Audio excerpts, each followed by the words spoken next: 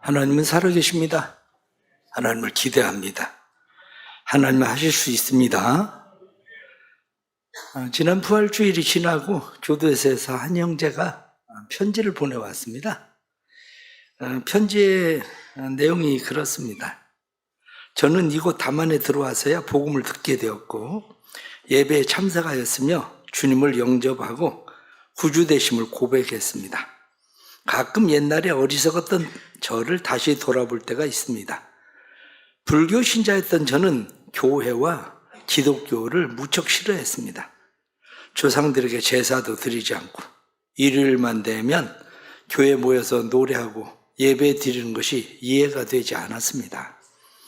그때는 토요일까지 일하던 때라 6일간 일을 하고 쉬었습니다. 그런데 그 쉬는 하루 취미생활이나 여가생활을 하지 않고 교회가 아니 저로서는 도저히 이해가 되지 않았습니다. 지금 생각해 보면 사단이 저의 눈과 귀를 막고 저의 마음에 사악한 생각을 심어 주었던 것입니다. 이제 저에게 예수님께서 말을 못하고 먹지도 못하던 바울에게 아나니아를 보내주시던 것처럼 제가 부산에서 재판을 받고 있을 때 저를 상담하기 위해 오시는 교도관님을 믿는 분으로 보내주셔서 저를 주님 앞으로 인도해 주셨습니다. 제가 만난 주님은 사랑이 가득하시고 당신을 믿고 의지하는 사람들을 하나하나 따뜻하게 안아주시는 분이셨습니다. 저 같은 죄인이 결코 받을 수 없는 사랑을 주셨습니다. 주님께서 목사님과 대성교회 성도님들을 통해서 사랑을 전하셨습니다. 받는 것보다 주는 사람, 나누는 사람이 되어보자, 받는 사랑을 전하는 사람이 되어보자 마음먹었습니다. 저는 저의 변화를 보면서 이것이 복음과 전도의 힘이며 이것을 전하는 것이 나에게 주어진 사명이지 생각하게 되었습니다. 목사님의 섬김이 헛되지 않도록 성도라는 이름에 맞게 살겠습니다. 한결같은 마음으로 변함없는 사랑을 주셔서 감사합니다. 말씀이 거짓이 아님을 행함을 보여주신 모습을 닮아가도록 하겠습니다. 앞으로도 믿음의 사람 하나님의 아들로서 부끄럽지 않게 살도록 노력하겠습니다. 사람이 간사한 존재이기에 사랑을 받고도 나 몰라라 하고 때로는 실망을 안겨주는 이들도 있지만 적지 않은 형제들이 다시 한번 일어나고자 다시 한번 재기하고자 애쓰고 있습니다. 섬겨주시는 분들의 마음이 모여서 한 사람 한 사람의 믿음과 삶에 큰 영향을 끼치고 있는 것입니다. 아무것도 아닌 저를 지어주시고 죄인으로 살아갈 수밖에 없는 인생이었는데 크나큰 사랑으로 죄인에서 의인 되게 하셨고 고아와도 같은 저를 아들 삼아주신 것에 감사드리게 됩니다. 목사님처럼 한 분 한 분의 마음과 섬김이 모여서 대전소의 새마음 교회가 지금까지 부흥되어 왔고 예배와 말씀으로 인하여 수많은 형제들이 주님을 만나는 계기가 되었습니다. 감사하고 고마우신 목사님 몸 건강하게 잘 계십시오. 혹시 이런 편지를 여러분들이 읽거나 들으면 여러분들 마음 가운데는 어떤 생각이 들어갑니까? 교도소에서 나와봐야 알지. 거기 있을 때 그렇게 생각할 수도 있지. 그런데 나와봐야 알지. 아마 그렇게 생각하는 분들도 의외로 많을 겁니다. 아니면 나도 옛날엔 그런 때가 있었어. 이렇게 생각하시는 분들도 아마 있을 겁니다. 그렇습니다. 우리는 예수를 믿고 구원받은 사람입니다. 제게 편지를 쓴 사람도 예수를 믿고 구원받은 사람입니다. 우리는 예수를 믿고 거듭난 사람들입니다. 편지를 쓴 형제도 제가 보기엔 분명히 예수를 믿고 거듭난 사람 맞습니다. 그러나 이 가운데 아직도 예수를 믿고 구원받았다는 게 뭔지, 예수 믿고 거듭났다는 게 뭔지 잘 모르는 사람도 있을 겁니다. 때로는 예수 믿고 구원받았다는 사람, 아니면 예수 믿고 거듭났다는 사람들을 보면 별로 인정하고 싶지 않을 때도 있습니다. 예수를 믿고 구원받고 예수를 믿고 거듭났다는데 왜 저렇게 살까? 그것 때문에 거부 반응이 일어나는 일들이 사실 우리의 마음 가운데 있습니다. 왜 예수 믿는 사람이 저래? 저게 거듭난 사람이라고? 그럼 나는 구원 안 받아도 돼. 그 정도면 나는 거듭 안 나도 돼. 이렇게 생각할 수도 있습니다. 그러나 예수 믿고 구원받았다, 예수 믿고 거듭났다는 것에 대해서 오해가 있는 것도 사실입니다. 어린 아이에게 동생에 대해서 이야기하기를 네 동생이야. 그러니까 네가 잘 봐줘야지. 네 동생이야. 그러니까 네가 양보해야지. 이렇게 이야기를 해보십시오. 그러면 아이는 엄마에게 그렇게 이야기합니다. 엄마, 동생 내버려. 동생이 왜 저래? 동생이면 나하고 놀아줘야지. 동생이면 내가 시키는 대로 해야지. 동생이 왜 하는 일마다 날 방해하고 내 거 뺏어? 그러니까 저 동생 내버려. 아마 어린 아이는 그렇게 이야기할 수도 있습니다. 왜냐하면 그 아이의 개념에는 동생이라고는 생각의 개념이 그게 한계입니다. 그 이상을 벗어나지는 않죠. 이해할 수 있는 건 아닙니다. 그럼 반대로 어른들은 어떤 생각을 합니까? 사람이 뭘 저래? 인간이 어떻게 저러고 살아? 저 사람 인간 맞아? 그러면 어느 정도 해야 인간입니까? 어느 정도 해야 사람입니까? 그럼 갓 태어난 아기는 사람 아닙니까? 아니면 병원에 식물인간으로 누워있는 사람은 사람이 아닙니까? 그렇게 총명하던 똑똑하시던 부모님이 어느 날 치매에 걸리셔서 그저 자식도 못 알아보고 아니면은 거친 말 함부로 막 하고 그러는 어머니, 아버님은 사람 아닙니까? 아니면 도적질하는 사람은 사람이 아닙니까? 거짓말하는 사람은 사람이 아닙니까? 폭력을 행사하는 사람은 사람이 아닙니까? 성폭행을 하는 사람은 사람이 아닙니까? 살인을 하고 강도짓을 하는 사람은 사람이 아닙니까? 제가 지금 여러분들에게 물어보기를 그 사람이 사람이 아니냐 이렇게 물어보잖아요. 제가 얘기하는 얘기는 무엇 하는 사람이라는 거예요. 저런 사람이 무슨 이렇게 이야기를 하고 싶겠지만 그래도 사람입니다. 그래도 기준이 어디에 있습니까? 생명이에요. 그 사람 안에 생명이 있으면 사람으로 취급합니다. 태어나자마자 심지어는 뱃속에 있어도 사람, 나이가 늙어서 병원에 있어서 아무것도 할 수 없어도 그 안에 있으면 사람. 마찬가지로 우리 안에 예수 생명이 있으면 거듭난 거예요. 우리 안에 예수 생명이 있으면 구원받은 거예요. 사람들은 그것을 어떤 행위로 자꾸 측정하고 싶어 합니다. 학교에 다니는 사람을 학생이라고 부릅니다. 공부를 1등을 하든지 아니면 저 전교에서 맨 마지막을 하든지 그래도 학생증 가지고 버스 타면 너 전교에서 1등 한다며 버스비 내가 깎아줄게. 그럴 일 없습니다. 너 전교에서 꼴등 한다고 넌 돈 좀 더 내야 되겠다. 그리고 돈 더 받는 일도 없습니다. 그냥 학생증 가지고 버스를 타면 학생 요금으로 그냥 다 할인해 줍니다. 구원받는다는 것은 내가 예수 그리스도를 구주로 영접하고 그래서 내 안에 예수 생명이 있으면 그게 구원받는 거예요. 내 안에 예수 생명이 있으면 그 사람은 거듭난 사람입니다. 왜냐? 영접하는 자 곧 그 이름을 믿는 자들은 하나님의 자녀가 되는 권세를 주셨으니 하고 말씀한 대로 하나님의 자녀 된 겁니다. 그리고 하나님의 나라가 유업으로 그 사람들에겐 주어진 겁니다. 그런데 종종 실망하는 일은 있습니다. 왜냐하면 누군가가 미국에 가서 10년 넘게 살았습니다. 한국에 들어오고 싶어도 한국에 잘못 들어왔다 미국으로 가면 시민권을 못 받을까 봐 한국에 제대로 들어와 보지도 못하고 10년 넘게 미국에 살았습니다. 그래서 마침내 미국에서 시민권이 나왔어요. 미국에서 시민권이 나오니까 얼마나 좋습니까? 그동안 가족들도 못 만나고 못 보고 막 그러다가 미국에서 가족을 한국에서 불러들였습니다. 내가 미국 구경시켜줄게, 이제 와도 된다. 그래가지고 불러들여서 여행을 하게 되었습니다.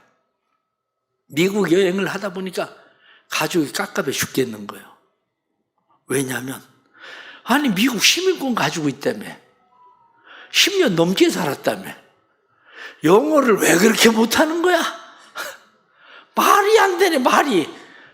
그래, 오히려 여행 다니는 가족이 숨이 넘어갈 것 같아.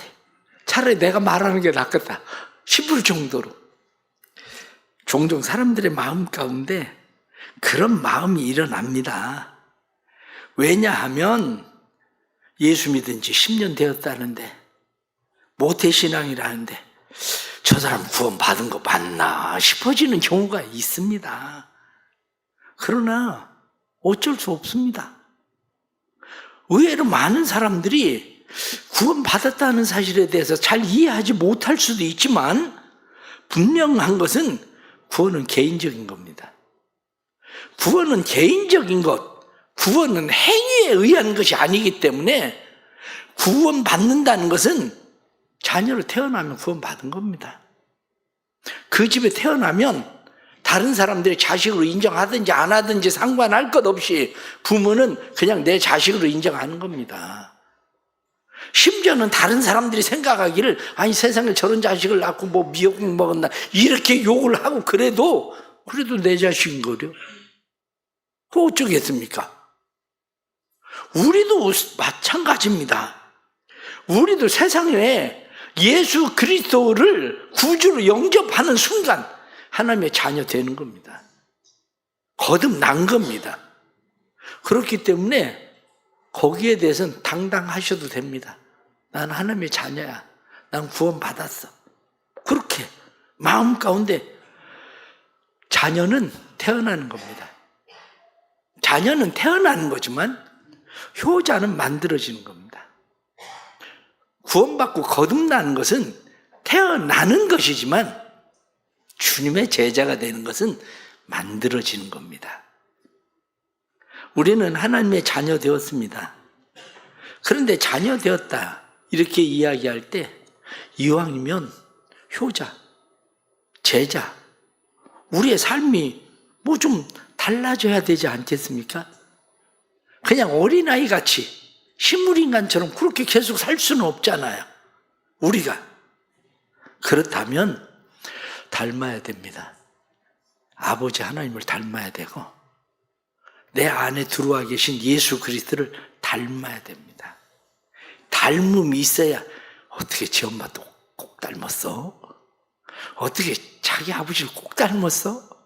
사람들이 이렇게 인정하는 것처럼 우리를 보고, 그래도 저 사람 예수 믿는 사람 맞는 것 같아. 저 사람 하나님의 자녀 맞는 것 같아. 구원 받은 것 같아. 거듭난 것 같아. 이렇게 말할 수 있는 사람이 돼야 되는 거죠. 그러면 구원받았다, 거듭났다 이렇게 이야기할 때 그 말은 우리가 부활에 참여한 자 되었다는 겁니다. 예수 그리스도의 십자가와 부활. 그래서 오늘 1장 27절 말씀 보면, 오직 너희는 그리스도의 복음에 합당하게 생활해라. 거듭났니? 구원받았니? 그러면 복음에 합당하게 살아라. 이렇게 우리에게 말씀하는 거죠. 우리가 복음에 합당하게 산다는 것을 사도 바울은 무엇라고 이야기하냐면, 내가 사방으로 우겨싸임을 당하여도 쌓이지 아니하고, 답답한 일을 당해도 낙심하지 아니하고, 거꾸러뜨림을 당해도 내가 망하지 않는 것은 내 안에 예수 그리스도의 생명을 가지고 있기 때문이다. 이렇게 말합니다. 여러분 안에 예수 생명, 부활의 생명이 있다면 사도 바울의 고백이 우리의 고백입니다. 세상을 살아가면서 우리의 삶에 실망하는 일, 낙심하는 일, 절망하는 일, 두려운 일들, 좌절하고 포기하는 일들이 얼마나 많습니까? 그러나 그런 일을 만나도 사도 바울이 그렇게 고백할 수 있는 분명한 것이 있습니다. 그것은 내 안에 주님이 계시는데 주님께서 우리에게 말씀하시거든요. 두려워하지 마라. 내가 세상을 이겼다. 내가 세상 끝날까지 너희와 항상 함께 있을 거다. 사도 바울은 그것을 분명하게 믿기 때문에 두려워하지 않습니다. 낙심하지 않습니다. 절망하지 않습니다. 세상을 무서워하지 않습니다. 우리도 마찬가지입니다. 여러분은 무엇을 무서워하십니까? 가난이 무섭습니까? 질병이 무섭습니까? 사망이 무섭습니까? 아니면 사람이 무섭습니까? 무서워할 거 없다는 거예요. 왜냐? 오늘 성경 본문에 나타난 말씀도 사도 바울은 그것을 무엇라고 이야기하느냐? 29절 말씀 보니까 그리스도를 위하여 너희에게 은혜를 주신 것은 다만 그를 믿을 뿐 아니라 또한 그를 위하여 고난도 받게 하려 하심이라. 우리가 예수 그리스도를 믿음으로 하나님의 자녀 되었으면 고난도 있을 수 있다는 겁니다. 그러나 그건 우리에게 무서운 거 아니라는 거죠. 왜냐? 예수님께서 사망 권세를 이기시고 세상을 이기신 것처럼 우리도 사망 권세를 이기고 세상을 이길 수 있는 사람들 되었기 때문에 그건 우리에게 무서운 게 아니라고 성경이 말씀합니다. 그러므로 그리스도 함께 하시는 여러분, 그리스도 함께 부활하신 여러분, 예수 생명을 가지고 거듭난 여러분, 세상을 무서워하지 마십시오. 낙심하지 마십시오. 절망하지 마십시오. 그리스도 함께 사는 삶을 보여주십시오. 그게 바로 주님을 믿는 겁니다. 우리 안에 이 믿음의 역사가 삶에 일어나길 축복합니다. 또 하나 우리에게 있어야 되는 것이 있습니다. 그것은 주님께서 우리에게 말씀합니다. 내가 너희를 사랑한 것 같이 너희도 서로 사랑해라. 그러면 이로써 모든 사람이 너희가 내 제자인 줄 알리라. 주님께서 그렇게 말씀하시는 겁니다. 그렇습니다. 우리가 사랑하며 살아가는 것, 그게 보여주는 삶, 거듭남, 구원받은 것을 보여주는 삶입니다. 때로는 우리가 살아가면서 제자임을 보여주는데 실패하는 가장 중요한 원인이 뭐냐면 사랑하는 일이에요. 사랑하는 일이 안 될 때 제자임을 보여주는 데 실패합니다.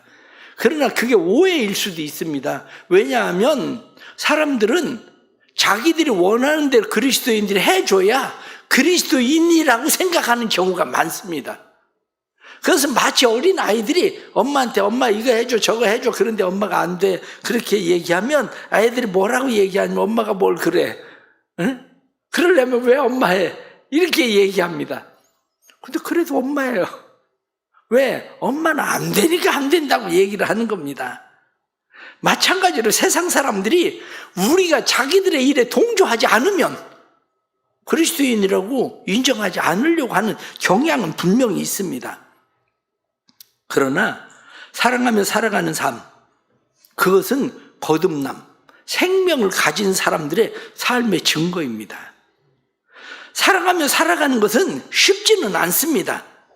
쉽지 않지만 사랑하며 살아가는 삶을 잘 배우려면 성경이 말씀하고 있는 말씀, 그 중에서 교인들은 무슨 생각을 많이 하냐면 왜 교회 가면 하지 말라는 것을 그렇게 많이 얘기해?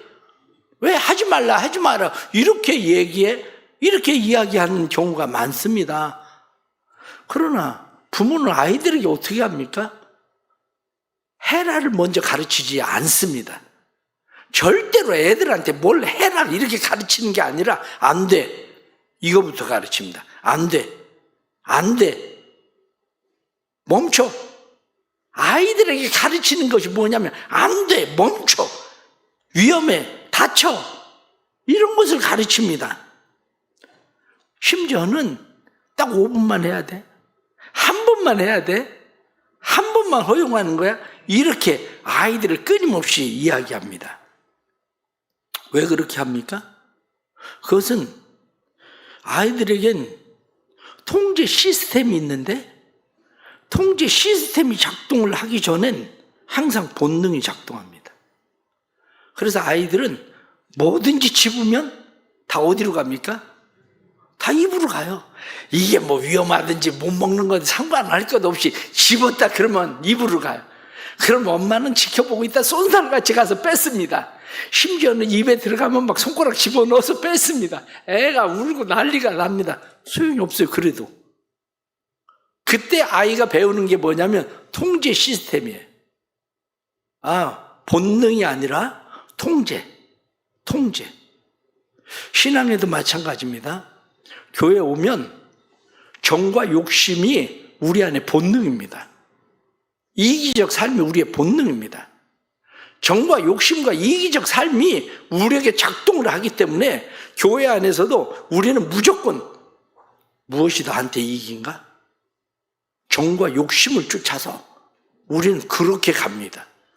그래서 성경은 우리에게 계속 본능을 제어합니다. 안 돼, 하지 마, 이렇게. 근데 그것을 이해하지 못하니까 어린아이가 막 우는 것처럼 교회 오면 왜 그렇게 하지 말라는 게 많아? 이 생각부터 하는 겁니다. 그러나 그게 맞습니다.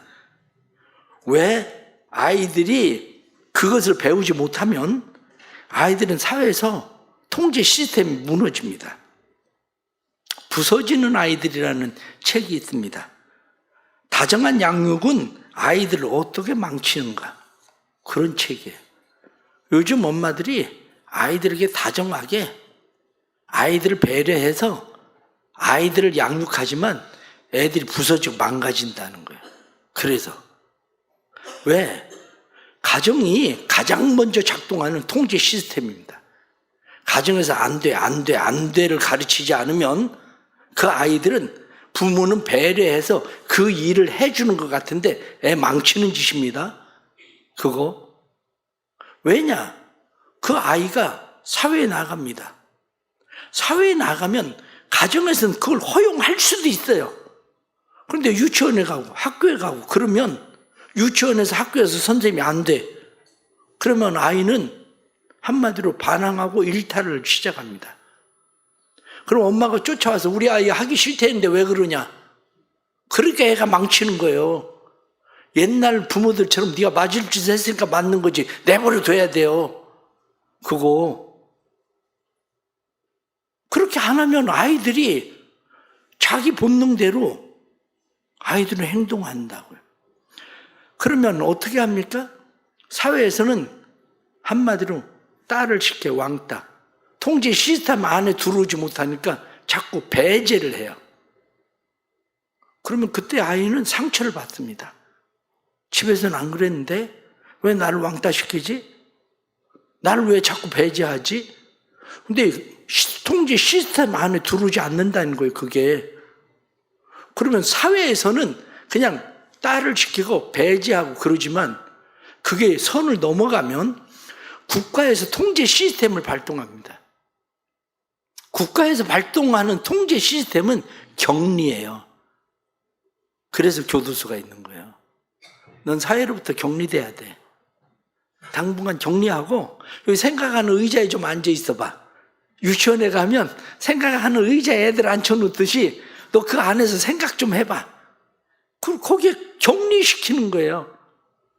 근데 생각하는 의자에 앉아서 애가 내가 뭘 잘못했지 이 생각을 하면 괜찮죠. 통제 시스템 안으로 들어오죠. 그런데 그걸 못하고 엄마나 아이가 그것을 무너뜨리면 그 아이는 통제 시스템 안에 들어오지 못합니다. 지난주에도 교도소에 가서 제가 물어봤어요. 교도소 안에서 뚜껑 열리는 게 뭐냐? 그랬더니 그 사람들도 뚜껑 열리는 일이 있어요. 아니 그 안에서 뭐 뚜껑 열릴 일이 그렇게 있겠나? 그런데 이구동성으로 하는 얘기가 자존심이야. 자존심 건들면 뚜껑 그런데 제가 볼 때는 이 안에 자존심이 있었으면 들어오지도 않았어. 이 안에 들어와서 뭔 자존심이야? 이미 그게 무너진 사람들인데. 그런데 그 안에 들어와서도 자존심 얘기를 해요. 그 얘기는 무슨 얘기냐면 통제 시스템 안에 아직도 못 들어오고 있다는 거예요. 그 얘기는. 신앙도 역시 마찬가지입니다. 통제 시스템 안에 들어오지 못할 때 국가가 어떻게 합니까? 영구 격리라는 거예요. 영구 격리. 무기수, 사형수 영구 격리. 당신은 우리 사회 통제 시스템 안엔, 국가 통제 시스템 안엔 들어오면 안 돼. 그리고 아예 격리시켜버리는 거죠. 왜 이런 이야기를 합니까? 그 사람들은 왜 자꾸 통제 시스템을 벗어나냐? 이유는 하나입니다. 아프다는 거야. 상처받았다는 거야. 나 아파. 그래가지고 아프다고 소리 지르는 거야. 가정에서는 받아들였는데 사회에서 자기를 받아들이지 않으니까 아프다고 소리 지르는 거예요. 아니면 가정에서 계속 상처를 받아서 아프다고 소리를 질러. 온통 뭐든지 다 그냥 온통 상처투성인 사람은 아프다는 소리를 더 많이 내죠. 아프다는 소리를. 그런데 스스로 그게 고쳐집니까? 안 고쳐지죠. 고칠 수 있는 방법은 하나밖에 없습니다. 그게 사랑이에요. 사랑. 진짜 예수 사랑을 만나면 교도소 안에서도 변하지만, 그래서 사회에 나오면 변화된 사람으로 삶을 살지만, 거기에서 변하지 못하면, 아픔, 상처가 치유되지 않으면 거듭나기는 했는데, 구원받기는 했는데 삶이 달라지진 않아요.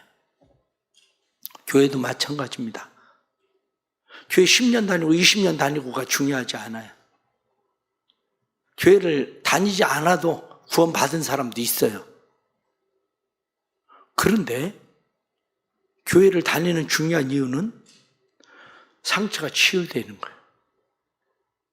예수님의 십자가 사랑을 만나서 내 안에 가득했었던 이 상처가 치유돼서 아프다 소리를 내던 사람이 이젠 아프다는 소리를 내는 게 아니라, 나도 그때 그렇게 아팠는데 저 사람도 아프겠다. 저 사람을 보듬어 줘야 되겠다. 저 사람을 치료해 줘야 되겠다. 그게 바로 신앙생활이에요. 그런데 그게 치유가 되지 않으면 어떤 현상이 일어납니까? 이게 치유가 되지 않으면 교회 10년 다녔어도요, 조금 있다가 나가다가 주차장에서 싸울 거예요. 주차를 무슨 이따위로 했냐고. 그럼 사이드 브레이크를 풀어놓고 갔어야 되는 거 아니냐고. 대판 싸울 겁니다. 왜? 사람들은 중심이 어디에 맞춰져 있냐면 자기한테 맞춰져 있어요. 모든 중심. 이게 본능이에요. 자동차를 타고 가면서 앞에 가는 차가 천천히 가요. 진짜 승질납니다. 왜 승질납니까? 기준이 나라 그래요. 아니, 그 사람은 안전거리 확보하고 가는데 내가 급하지 않으면 왜 화가 나겠습니까? 아니, 차가 바짝바짝 붙어가지만 않아도 화가 난다니까? 왜? 나도 급한데. 그렇게 가봐야 신호등이 앞에 걸려 있어. 그런데 화가 나는 거지. 기준이 나. 어느 날부터 나에게 기준이 맞춰져 있던 우리의 삶이 예수 그리스도가 들어오면 그때부터 통제 시스템이 작동을 합니다. 안 돼. 그러면서 네가 양보해야 돼. 네가 용서해야 돼. 네가 손해봐야 돼. 안 돼. 그리고 우리 안에 이 통제 시스템이 작동되기 시작한다고요. 그 선을 그어주는 가장 처음 기준점 가정이에요. 그 다음에 우리가 거하고 있는 사회들이 그 기준점 선을 그어주고 국가가 그어주고, 그런데 이미 통제 시스템이 무너진 사람들은 안 된다는 거죠. 그것을 고칠 수 있는 것이 교회밖에 없어요.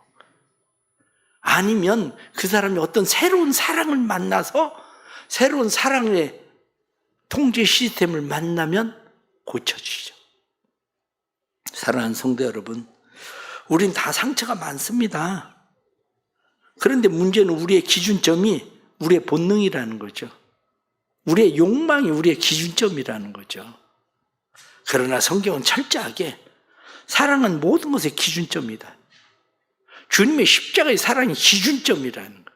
그래서 사도 바울은 그것을 무엇이라고 이야기합니까? 내가 살든지 죽든지 그리스도를 존귀하게 하기 위해서 내가 산다. 내가 내 유익을 구하는 것이 아니라 너희를 위해서 이 땅에 내가 더 머물러 있기를 원한다. 오히려 사도 바울은 그렇게 말하는 겁니다. 우리의 삶도 역시 그러합니다. 우리의 삶도 주님과 함께 거함, 주님의 사랑 안에 머무름, 그것이 우리의 삶에 자기의 유익이 아니라 다른 사람의 유익을 위해서 복음에 합당한 삶을 사는 것, 이것이 우리가 살아가야 될 삶이라고 성경이 말씀하고 있는 것입니다. 우리 성도들의 안에 이 은혜가 있기를 원합니다. 기준점을 자꾸 내 기준점에 맞추면 어떤 일이 벌어지냐면, 어느 날 딸아이가 엄마한테 이야기합니다. 엄마, 어떻게 아빠 같은 사람 못 살아? 그걸 이야기합니다.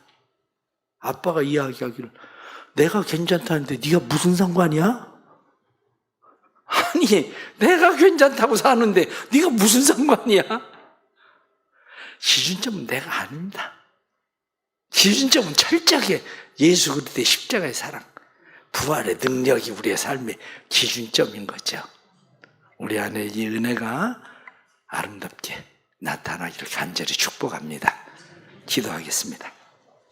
하나님 아버지, 상처 많은 저희들을 주께서 불러주시고 십자가의 사랑으로 우리를 만나주셔서 감사합니다. 십자가의 사랑으로 우리를 만나주시고 우리의 삶의 기준점이 내가 아니라 주님이신 것을 알게 해주시고 하나님의 자녀다움의 삶을 살게 해주시니 감사합니다. 우리를 주께서 이끌어 주셔서 예수 생명이 우리 안에 있음을 확신하고 세상을 이기는 사람들 되게 해 주옵소서.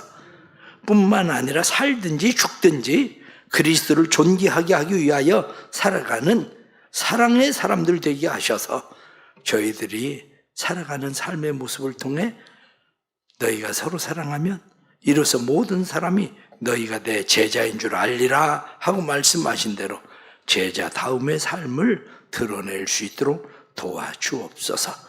사랑하는 교회를 복되게 하시고 이 교회 그리스도의 자녀들 많아지게 해주시고 구원받지 못하는 사람 하나도 없게 해주시고 구원받을 뿐만 아니라 그리스도의 제자다움으로 살게 하시는 은혜를 허락해 주옵소서.